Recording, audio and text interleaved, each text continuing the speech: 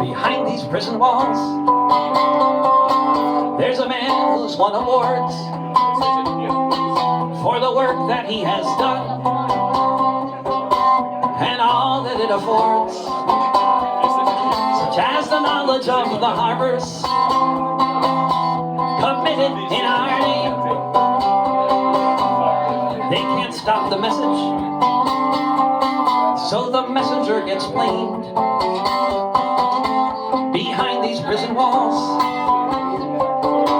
in solitary confinement, in a land of rolling hills and royalty and other such refinement, is someone who is a hero to whistleblowers everywhere,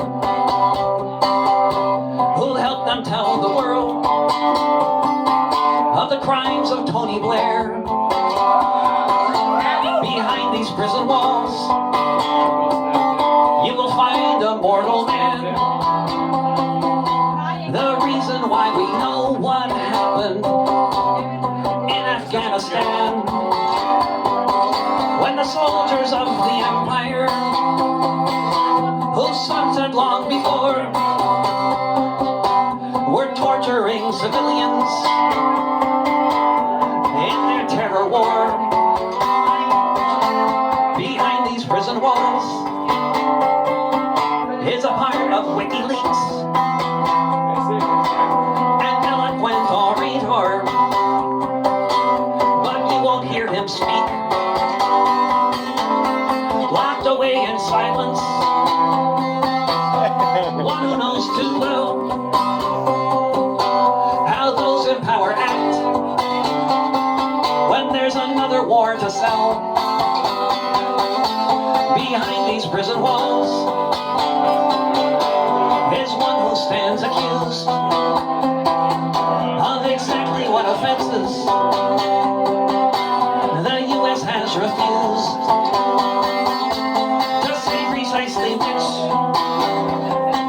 or to try to clear the mist,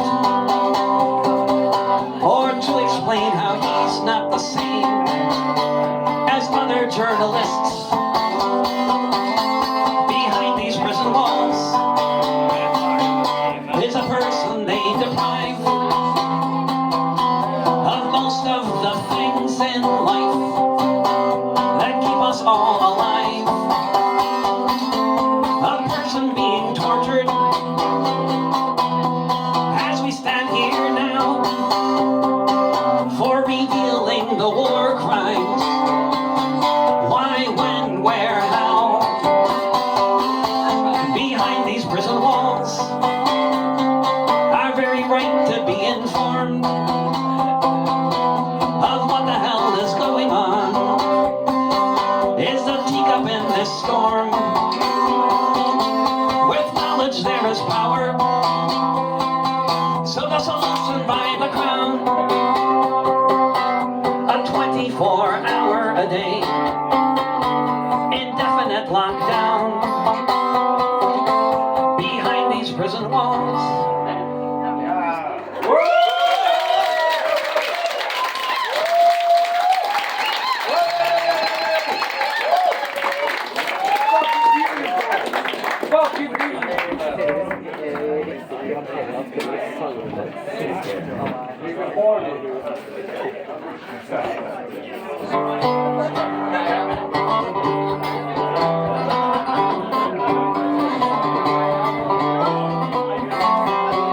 One day you're working, the next you're not, and what you have is what you got. You lost the job you thought you'd keep. You wake up at night, you can't sleep.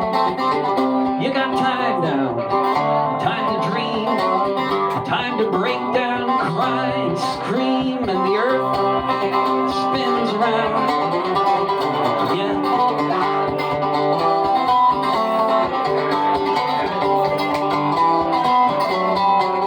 Sometimes your goals of any size just vanish in front of your eyes, and all that's left is what you see, like the squirrel outside the window on that tree, and the man there on the screen.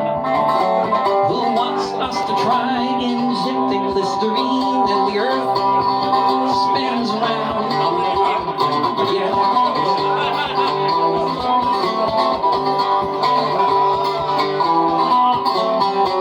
The dice are up. No telling where they'll land when they come down from the air.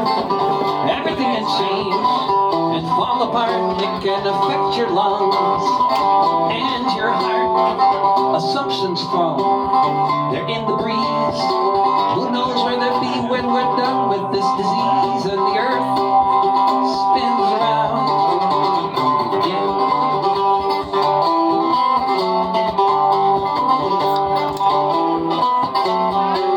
One day you're okay, things are alright then. All of a sudden, overnight, foreclosed, evicted, living in cars, empty hotels and wine bars. Wake up to learn that our collective fate depends on how we cooperate and the earth spins around. Yeah. And the earth spins around.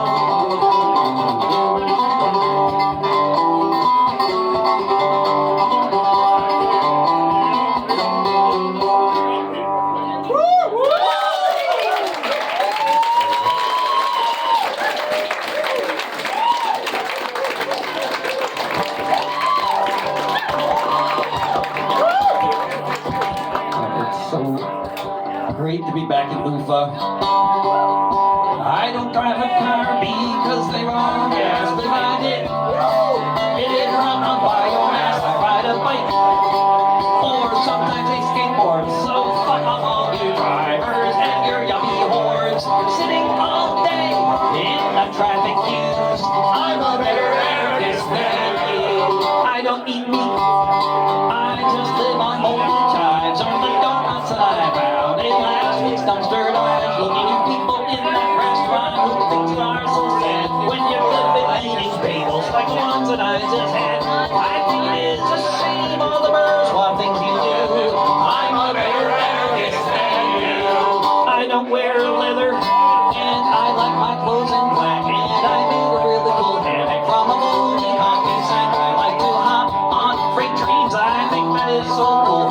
It's so much funner doing this than being stuck in school. I can't believe you're wearing those brand new shiny shoes. I'm a better anarchist than you. I don't have sex, and there will be no sequel because heterosexual relationships are inherently unequal. I'll just keep on moshing to anti-flag and crass until there are no differences in gender, race, or class. All you brainwashed breeders, you just haven't got a clue. I'm a better anarchist than you.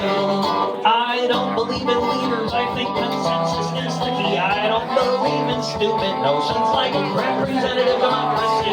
Whether or not it works, I know it is the case that only direct action can save the human race. So when I see you in your voting booth, then I know it's true. I'm a better anarchist than you.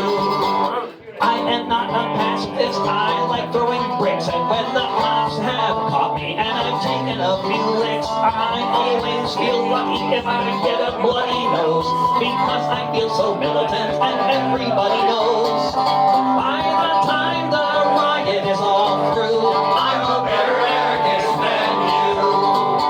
I'm a better anarchist than you.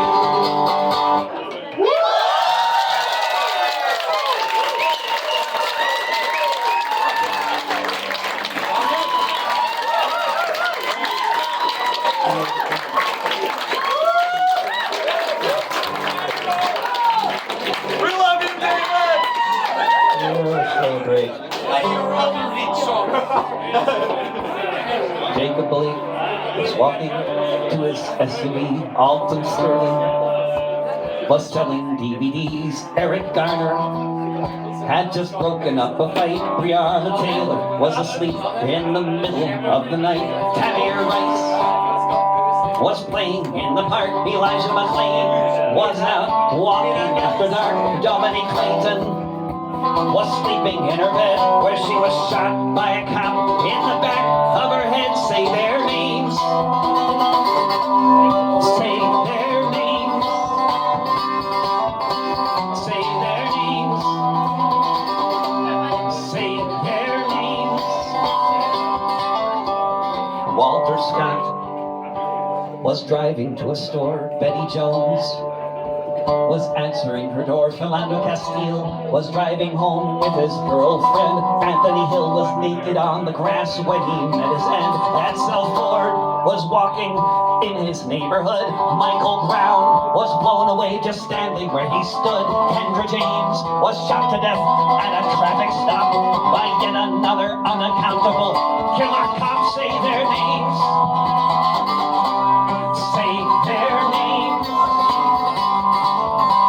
Say their names. Say their names.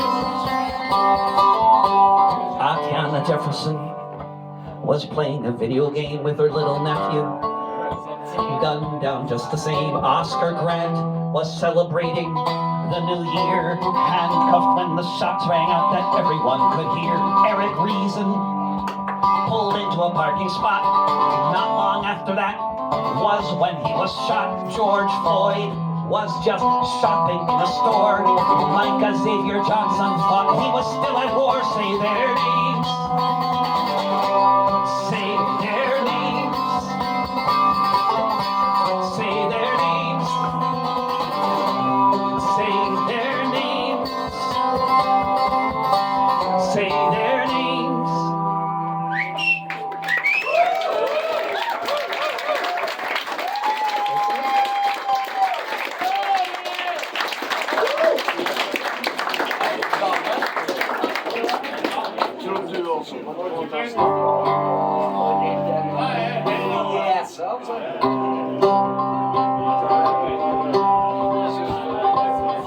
My name is John Riley.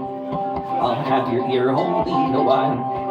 I left my dear home in Ireland. It was death, starvation, or exile. When I got to America, it was my duty to go, enter the army and slog across Texas to join in the war against Mexico. It was there in the pueblos and hillsides that I saw the mistake I had made. Part of a conquering army with the morals of a bayonet blade. And there amidst all these poor dying Catholics, screaming children, the burning stench of it all, myself and 200 Irishmen decided to rise to the call. From Dublin City to San Diego, we witnessed freedom denied. So we formed the St. Patrick Battalion and we fought on the Mexican side. We formed the St. Patrick Battalion and we fought on the Mexican side. We marched beneath the green flag of St. Patrick, emblazoned with Erin Goldra. Went with the harp and the shamrock and the Libertad Power and Polka. Just 50 years after Wolftone, 5,000 miles away, the Yanks called us a legion of strangers, and they can talk as they may. But from Dublin City to San Diego, we witnessed freedom denied. So we formed the St. Patrick Battalion, and we fought on the Mexican side. We formed the St. Patrick Battalion, and we fought on the Mexican side. We fought them in 5 major battles. Churubusco was the last. Overwhelmed by the cannons from Boston, we fell after each mortar blast. Most of us died on that hillside in the service of the Mexican state. So far from our occupied homeland, we were heroes and victims of fate. From Dublin City to San Diego, we witnessed freedom denied. So we formed the St. Patrick Battalion and we fought on the Mexican side. From Dublin City to San Diego, we witnessed freedom denied. So we formed the St. Patrick Battalion and we fought on the Mexican side. We formed the St. Patrick Battalion and we fought on the Mexican side.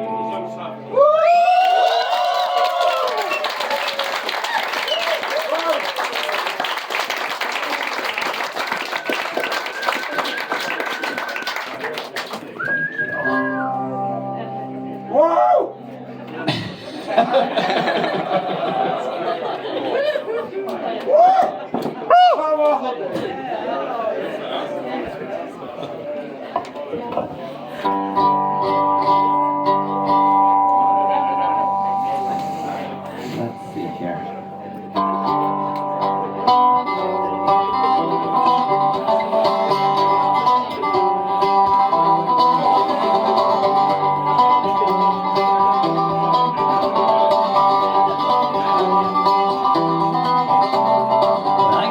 Country, left Scotland far behind, evicted from the Highlands, told to go and find a new life in America, across the Atlantic Sea, where I joined the millions of other refugees who ended up at Ellis Island as the century began.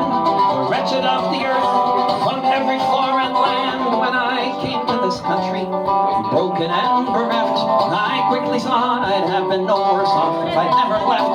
Such awful deprivations as I'd never had to face, borne by Swedes and Russians, Africans and every other race. Millions of people trying not to end up dead from cholera or black lung or getting clubbed on the head. I came to this country to have something on my fork. It was obvious the first thing was to get out of New York. I learned to hop the freight train, some other stiffs and I caught a westbound rattler to give Oregon a try. Signed up for the logging camps, became a timber beast. If I'd stayed there any longer, I'd have surely been deceased. When I came to this country, I worked the copper mines in Butte. I was a gandy dancer in Spokane in a gandy dancer suit. I heard the rebel girls speak one night in a railway yard. I joined the union right away and got my first red card. Became a hobo organizer for the one big union grand, preaching the wobbly gospel across the starving land.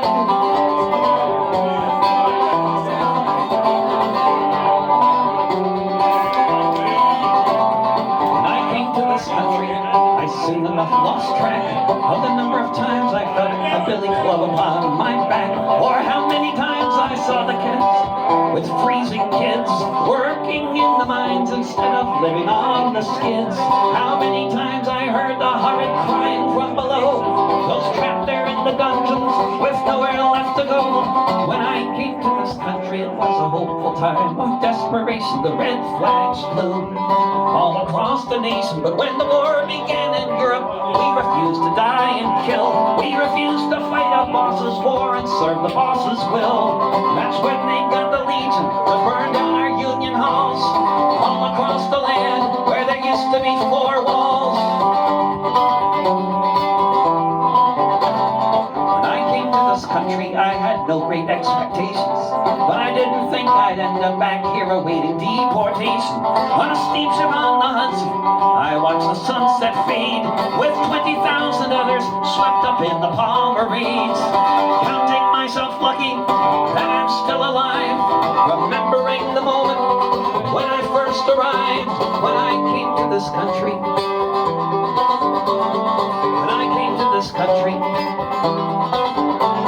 when I came to this country.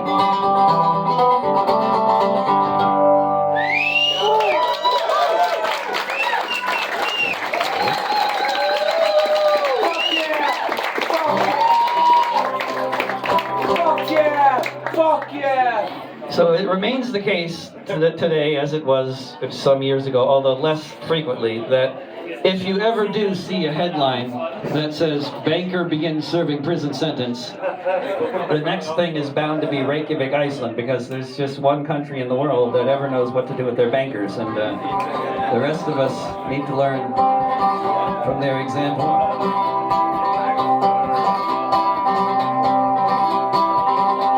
Iceland is an island with 500,000 or so Vikings, mostly known for volcanoes, hot springs, and fishing. Known for its welfare state, for being good and socialistic. Certainly not known for being corrupt or nepotistic. But in the USA and Europe, when they were deregulating banks, Iceland's politicians took bribes and joined their ranks. Soon you had a situation one would think just couldn't be. A bank whose debt was worth 10 times the country's GDP. When Wall Street imploded, sure enough it spread. Banks all over the world were floating in the red. All All over the world, governments made the plan to cut spending and raise taxes on the working woman and working man. The banks were bailed out while the people had to pay.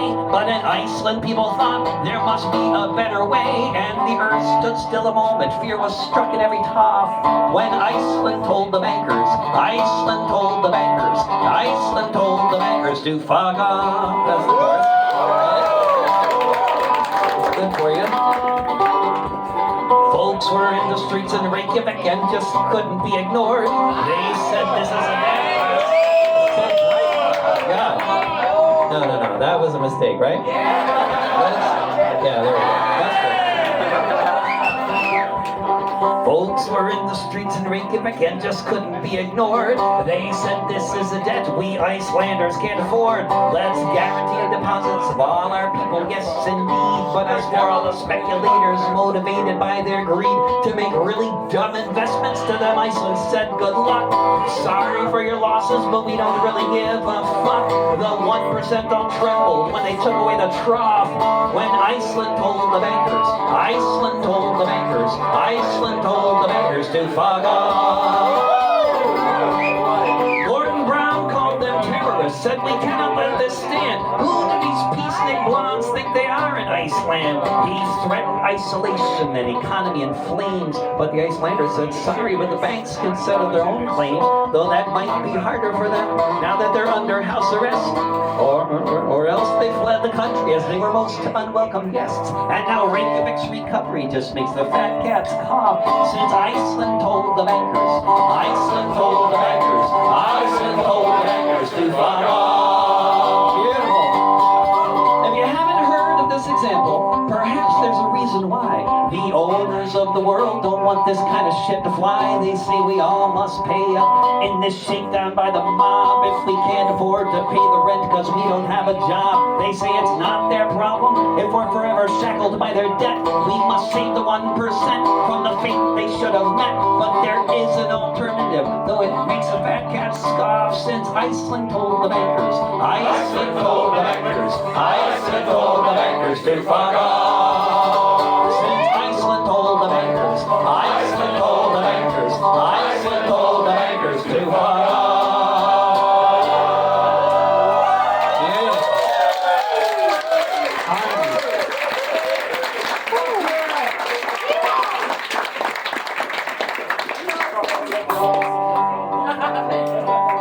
Fuck yeah!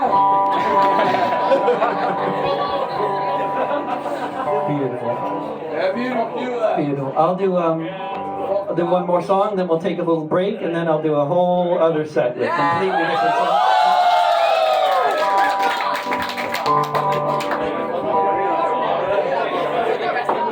So the way that people involved with trying to rescue people in the Mediterranean are getting lengthy prison sentences, and the same thing is happening in the U.S. in the desert. If you offer transportation to an undocumented person in Arizona, you could face 20 years in prison.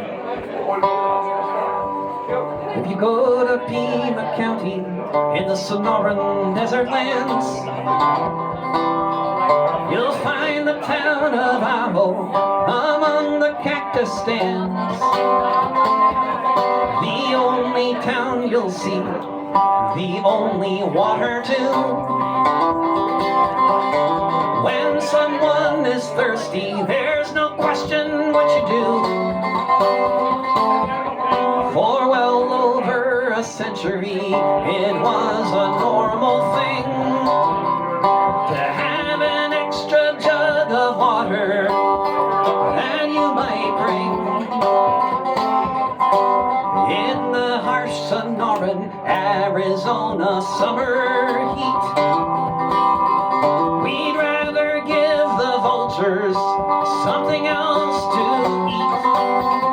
You didn't ask where I was going, nor where I'd been. I was hungry, you gave me food. I was thirsty, you gave me drink. I was naked, you gave me clothes. I was a stranger, you let me in.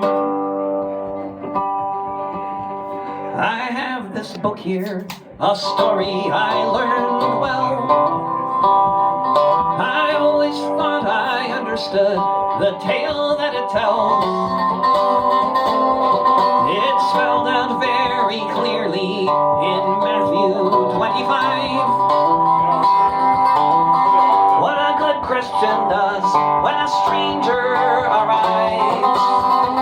You didn't ask where I was going, nor where I'd been. I was hungry, you gave me food.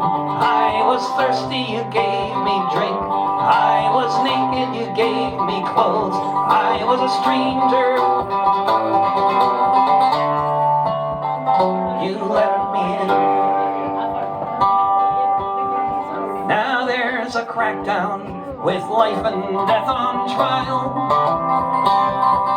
The only place with water for 100 miles. Facing 20 years in prison is a very mighty rod. Now all of us are forced to choose between Caesar and God. You didn't ask where I was going, nor where I'd been. I was hungry, you gave me food. I was thirsty, you gave me drink.